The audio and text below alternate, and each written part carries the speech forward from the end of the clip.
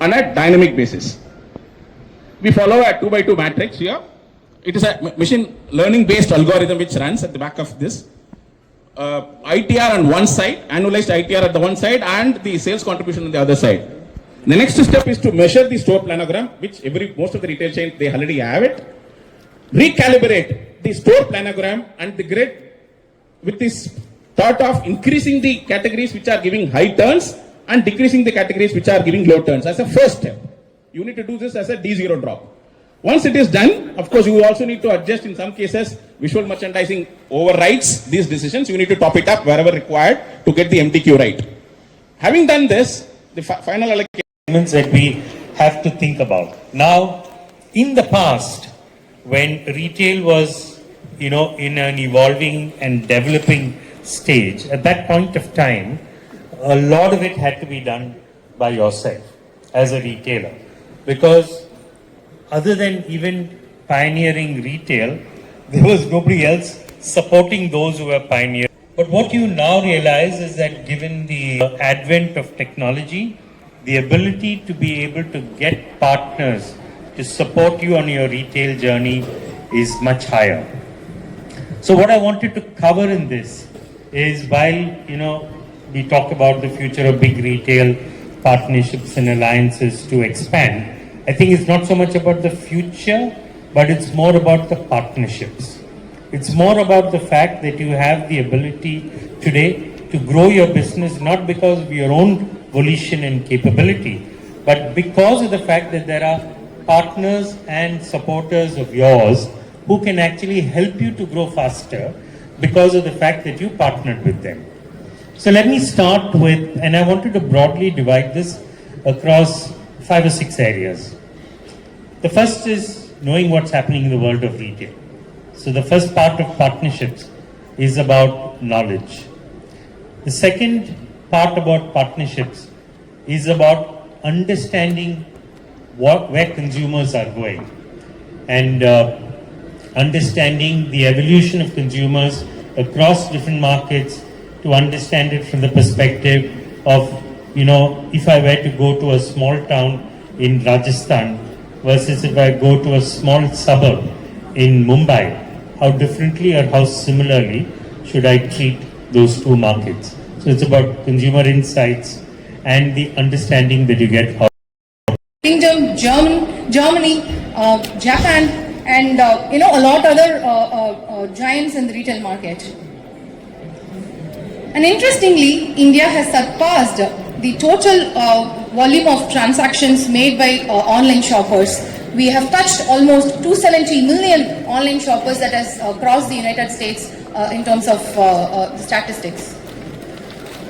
And thanks to quick commerce, because this is one of its kind innovation in India, honestly, and with a lot of quick commerce players that are coming into the competition, this has particularly contributed to 2/3 of the online shopping, redefining how logistics and customer expectations have evolved today.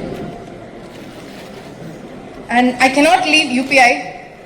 Innovation by a country that adapted by a lot of other countries today, UPI has in fact catalyzed the retail versus remote, the type of touches you're having to go through, and also what do you expect at the doorstep in terms of abuse and other actions that destroy the image of your product with your customer. Post that is your checkout, where there is a balanced trade-off between getting the right input from the customer that is worthy of a delivery, to actually figuring out what are those signals that ring up a high-risk delivery needing something like an open box delivery at the last mile, a secure tamper-proof packaging, or at times even just calling up the customer to find out and not having the sale happen. Because each time a package gets lost, it wipes out a significant portion of the bottom line.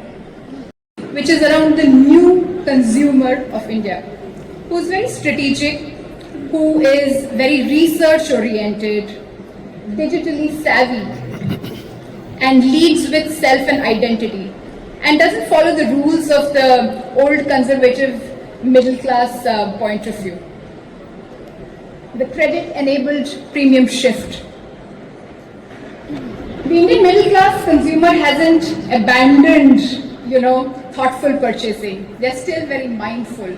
They just redefined what affording means. The question is shifted from, can I pay for this now, to, can I manage this monthly? This cognitive reframe has unlocked access to premium products across health, fashion, beauty, and electronics especially.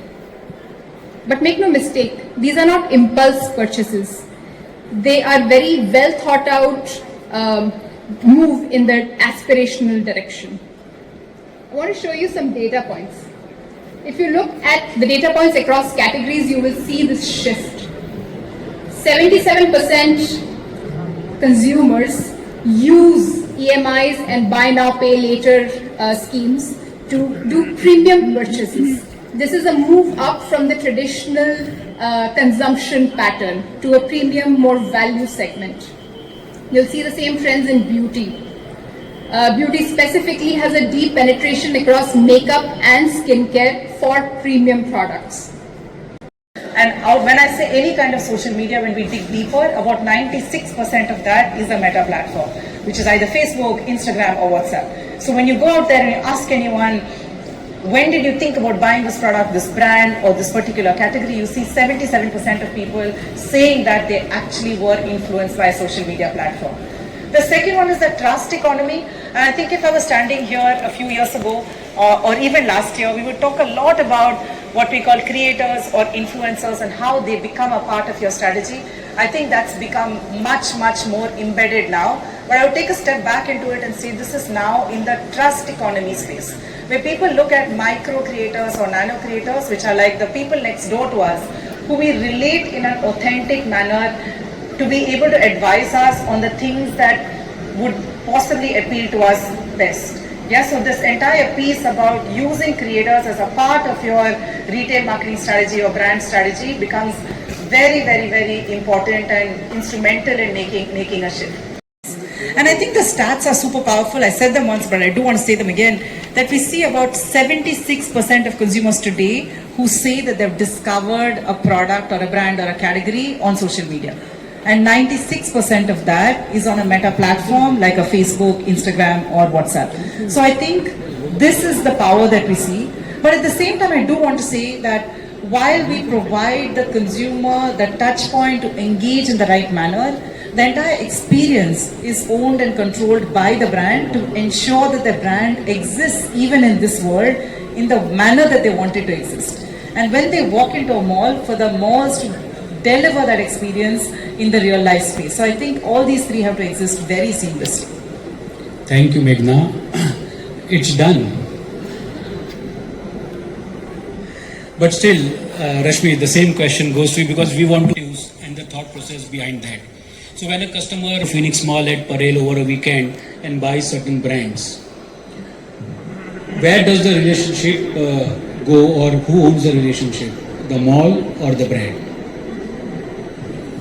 That's an interesting question. Firstly, I'd like to say that for us,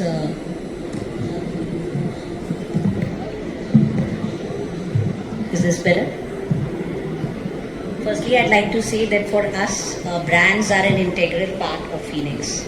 I often say this, that at Phoenix, we are who we are because of our brand partners. And we can't see Phoenix in isolation without the brands, because we are an integral part of that living ecosystem. And so does Meta become an integral part of that living ecosystem, because we all have the same set of customers.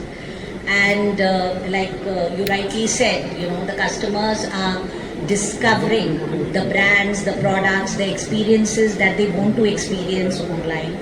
They are coming to the mall. The stores are breathing in our malls because that's the live physical spaces they have, where the brands are interacting with them. As well. We're also going to launch Musa there.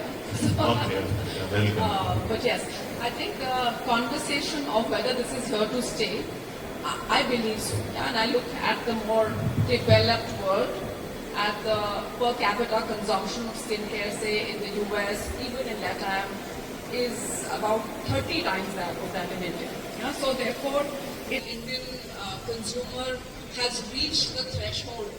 I think we started fairly late in this evolution. Yeah? Like I said, people are putting talcum powder on their faces also, and that still happens.